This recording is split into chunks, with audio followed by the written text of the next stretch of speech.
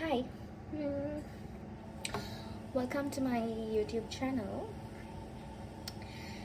අද මම පොඩි ඩ්‍රින්ක් එකක් හදන්න යන්නේ. විනාඩියකින්.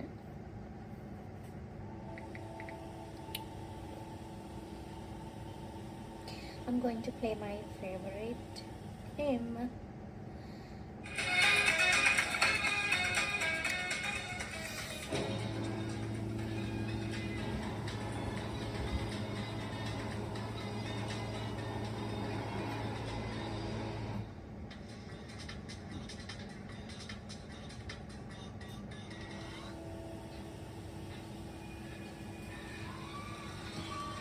Hi. Already I have a pretty commercial break check. ඔයගොල්ලෝ බලන්නේ ඉතින් ඩ්‍රින්ක් එකක් හදනවා කම මම ඇයි මේ සුදු දෝන සුද්ධ කරගෙන ඉන්නේ කියලා. අතවශ්‍යම කිව්වොත් මගේ කොලෙස්ටරෝල් චෙක් එකක් කරා. කියන්න ලැජ්ජ නැහැ. මගේ මේ වෙනකොට බර කිලෝ 85යි. බර වැඩි වෙන නිසා මම හිතුවා කොලෙස්ටරෝල් චෙක් එකක් කරා. පස්සේ මගේ කොලෙස්ටරෝල් ලෙවල් එක මේ වෙනකොට 380ක් වෙනවා. ඒකෙනොත්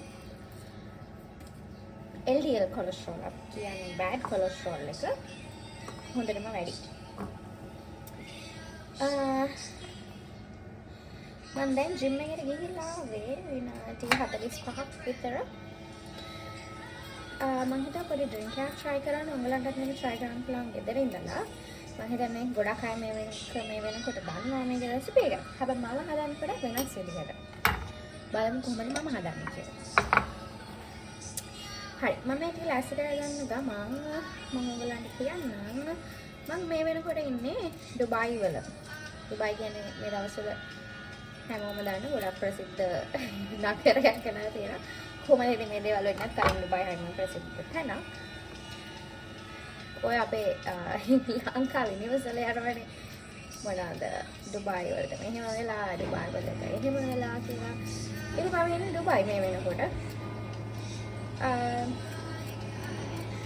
ප්‍රශ්න තියෙනවා නැත්තේ නෑ. නමුත් ලංකාවේ කියන තරම් එහෙම බරපතල ප්‍රශ්නයක් අපිට නැහැ මෙතන.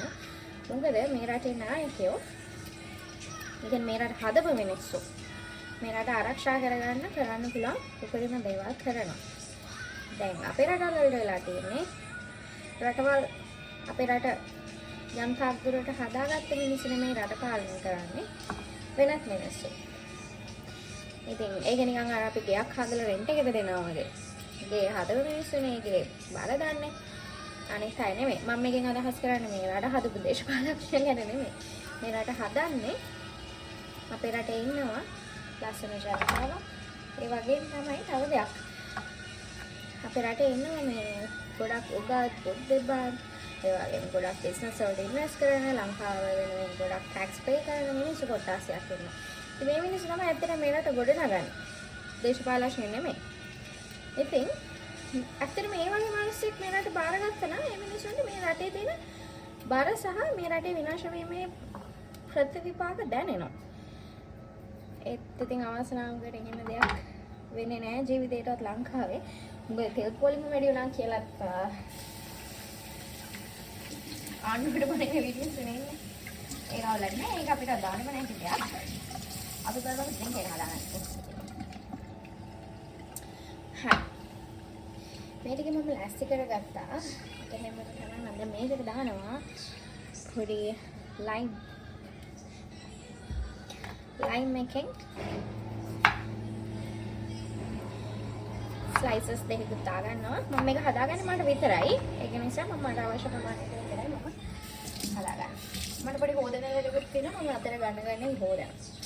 කරන්න යන්නේ.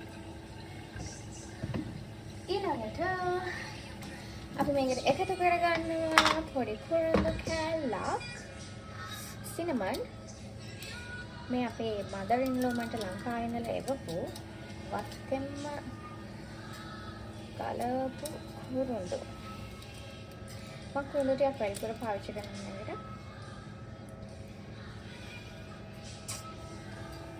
අපි කුරුල්ල කෑල්ලක් හොදලා ගමු.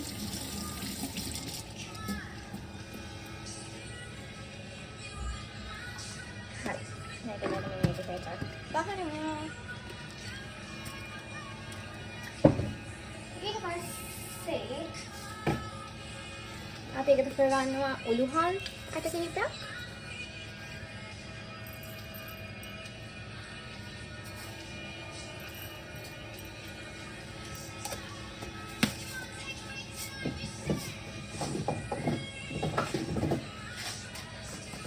ඊට පස්සේ කරාබුනේ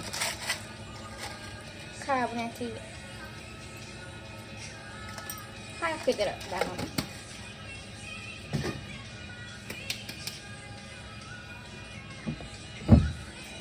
Pinajak pinang.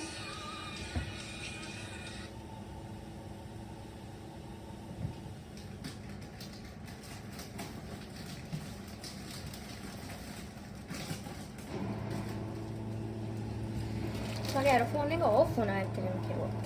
මම ඒත් එක්කම මේකට එකතු කරගන්නවා ගොරකා හරිම හොඳයි කොලෙස්ටරෝල් වලට. ඒතර මේ ගොරකත් අපි මදරෙන් ගෝ තමයි මට එන්නේ ලංකාවේ ඉඳන් ෆ්‍රෙෂ්. මම ගොරකා කෑලි කිහිපයක් එකතු කරගන්න මම මේ ගොරකා එක දාගන්න බෝටලයක් නැහැ. මම ග්ලාස් එකට ගන්න ඕනේ.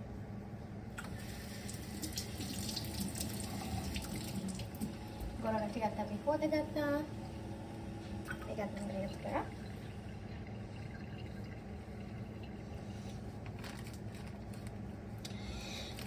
මම ගොඩක් ග්‍රීස් එක ඇවිල්ලා තියෙනවා. මම ගොඩක් කාලෙකින් තමයි මේ ජිම් එකට ගියේ. මට ග්‍රීස් එක යනවා ටක් ගාලා පොඩක් මහන්සි වෙච්ච ගමන්. හරි. ගොඩක් කප්පි බැක් නෝමල් කරා.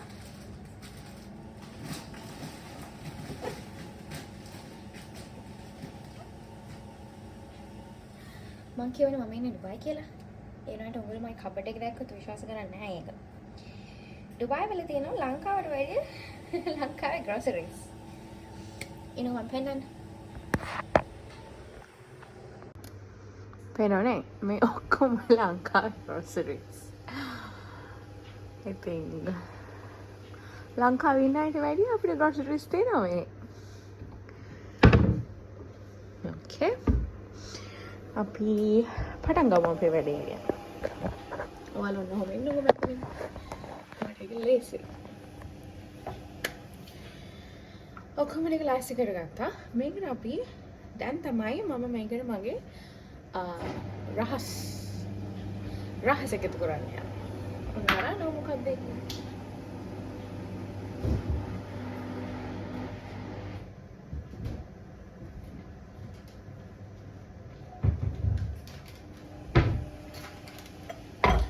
කරපිංචා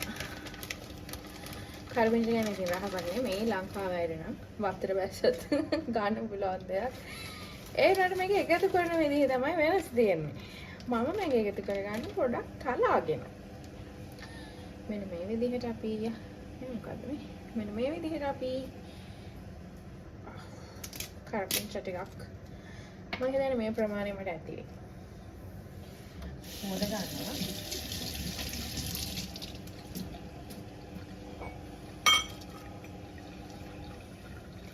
මේ ටික කොටාගෙන බලන්න. මම මේ කුරුඳු කැලකුත් එකතු කරගන්න කොටාගෙන. හරි මම මේක අයින් කරන්න ඕනේ මොකද මම මේකත් එක්ක අමාරුයි. හිතෙන්නේ නැහැ.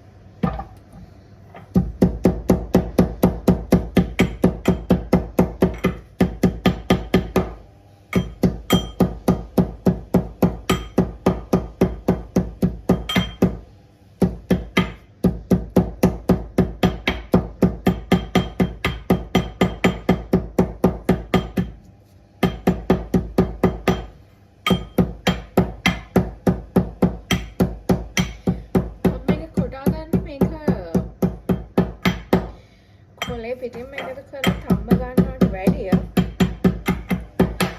මේකේ ඉස්ම ටික අපිට හොඳට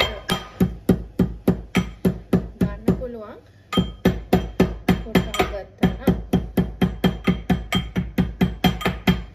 මම දැන් මේ ඇති තවඩියක් හිටුවොත් මේ ෆ්ලැට් එකේ ඉන්න අය කියලා මට කම්ප්ලේන්ට් එකක් දානවා. කමක් නැහැ. හරි අපි ටික මෙන්න මේ විදිහට රිමූව් කරගන්නවා මේකෙන් අර නම් මේක දාගමු. මේක එහෙම විශේෂ දෙයක්වත් දන්නේ නැති දෙයක් නෙවෙයි. ඔයගොල්ලෝ මේක ඕනේ තරම් දැනලා තියෙනවා.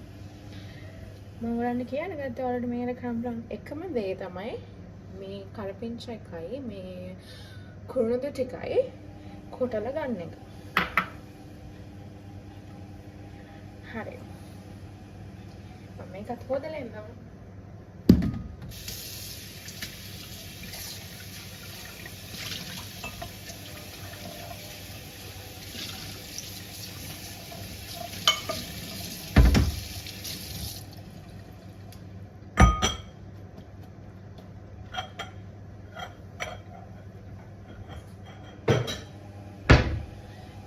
ඒ වෙලෙත් ඉවරයි. දැන් අපි මේක තම්බ ගන්න යන්නේ. තම්බගෙන මම ඊට පස්සේ මේක බොනවා. මේකට කොච්චර වතුර ප්‍රමාණයක් එකතු කරනවද කියලා මම පෙන්නන්නම්. එච්චරයි. ඒක තමයි අපි හදාගන්නේ.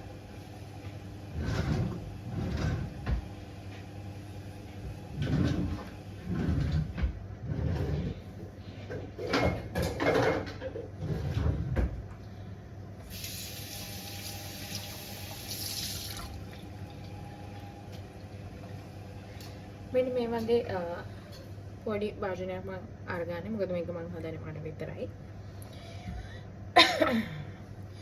සියලුම අපි ලෑස්ති කරගත්ත ද්‍රව්‍ය ටික අපි මේකට දාගන්න. මේ සුදු ලුණු කන්න ඕනේ. හරි. මට අමතක වුණා මේ ඉඟුරු කෑල්ල පොඩ්ඩක් ස්ලයිස් කරලා ගන්න. මෙහෙම දාන්න නැහැ.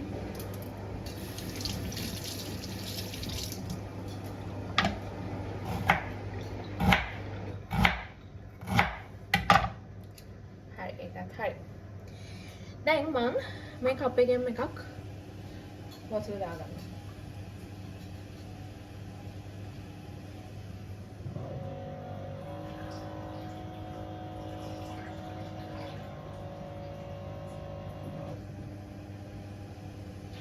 මේ තියෙන මයික් එක ගන්න වතුර ප්‍රමාණය.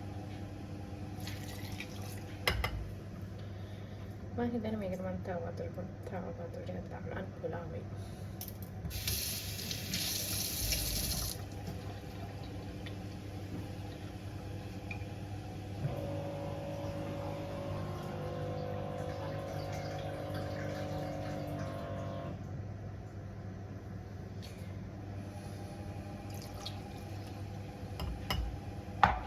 හරි.